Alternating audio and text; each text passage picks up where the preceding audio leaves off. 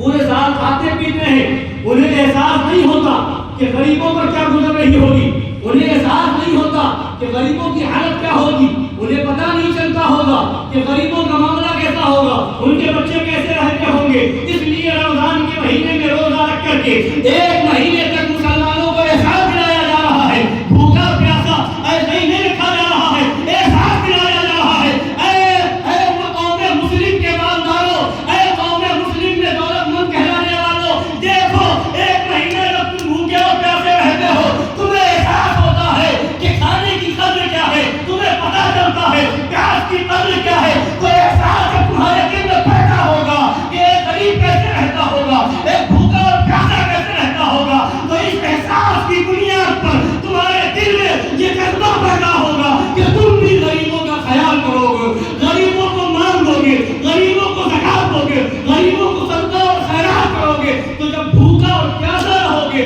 تو تمہارے اندر احساس پیدا ہوگا کہ غریب کیسے رہتا ہوگا، ایک فقیر کیسے رہتا ہوگا، تو ان کی ہمدردی تمہارے اندر پیدا ہو۔ اس لیے رمضان مبارک کے مہینے میں یہ روزہ بھی فرض کر دیا گیا۔ اور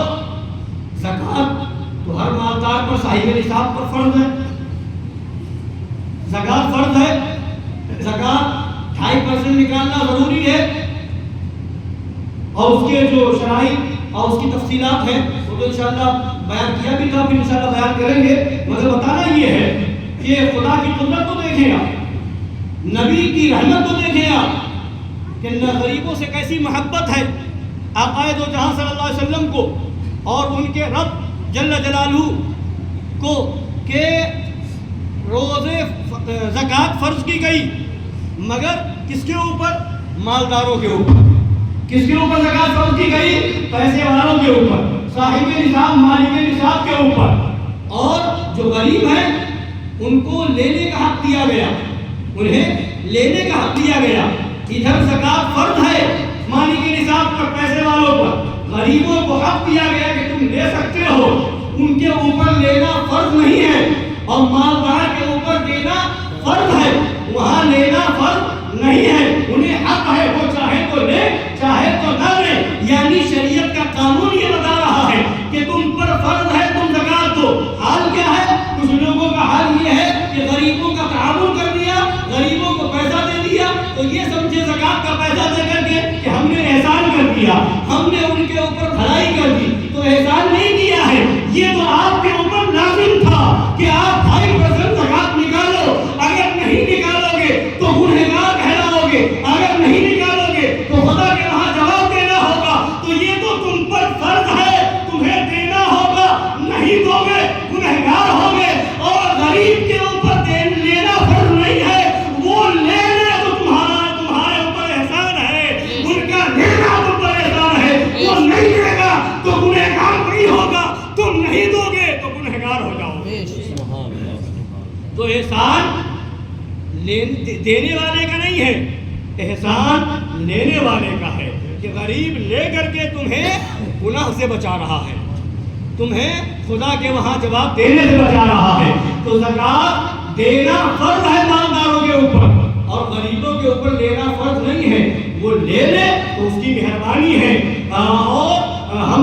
جو مالک نصاب ہیں، صاحب حیثیت ہیں، ان پر دینا فرض ہے، لہذا ان کی ذمہ داری بنتی ہے کہ وہ صحیح جگہ پر صحیح مسلک میں اس کو دیں، اور دینے میں بھی شرائط ہیں، سنی صحیح العقیدہ کو جو اس لائق نہیں ہے اسے دیں گے، اگر کسی بدمذہب کو دے دیا، کسی وہابی کو دے دیا، کسی دیوبندی کو دے دیا، یا کسی ایسے مدرسے میں دے دیا جو وہابیوں کا مدرسہ ہو، دیوبندیوں کا مدرسہ ہو، یا جہاں سے غلط طریقے سے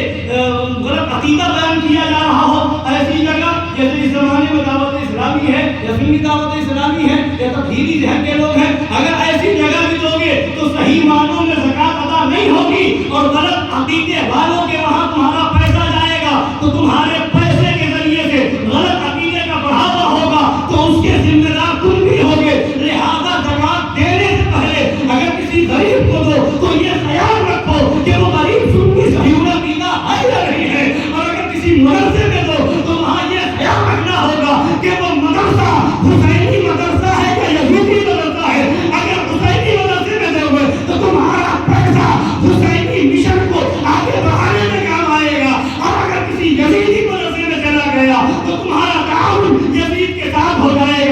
لہذا قرآن کا حکم ہے تعاونوا علی البر والتقوی ولا تعاونوا علی الاثم والعدوان. بھلائی کرو، مدد کرو بھلائی پر، مدد کرو بھلائی پر اور تقوی پر، اور مدد نہ دو ظلم پر اور گناہوں پر. اس لیے اور دوسری چیز یہ ہے کہ زکوٰۃ کا فلسفہ دیکھیں کہ مالک نصاب پر دینا فرض ہے اور غریب کے اوپر لینا فرض نہیں ہے، مگر ساتھ ہی ساتھ ایک چیز یہ ہے کہ جو آل رسول ہیں،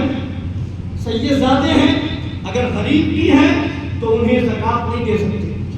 زکوٰۃ کا مال انہیں نہیں کھلا سکتے، اور ان کو اگر معلوم ہے کوئی زکوٰۃ دے رہا ہے تو ان پر بھی لازم ہے کہ وہ نہ دے، ان کے لیے لینا حرام. اور ہم اگر کسی سید زادے کو آل رسول کو زکوٰۃ دیں گے تو یہ زکوٰۃ دینا حرام. یعنی سب امت رسول کی، سب امت رسول کی، سب لوگ نبی کی امت میں،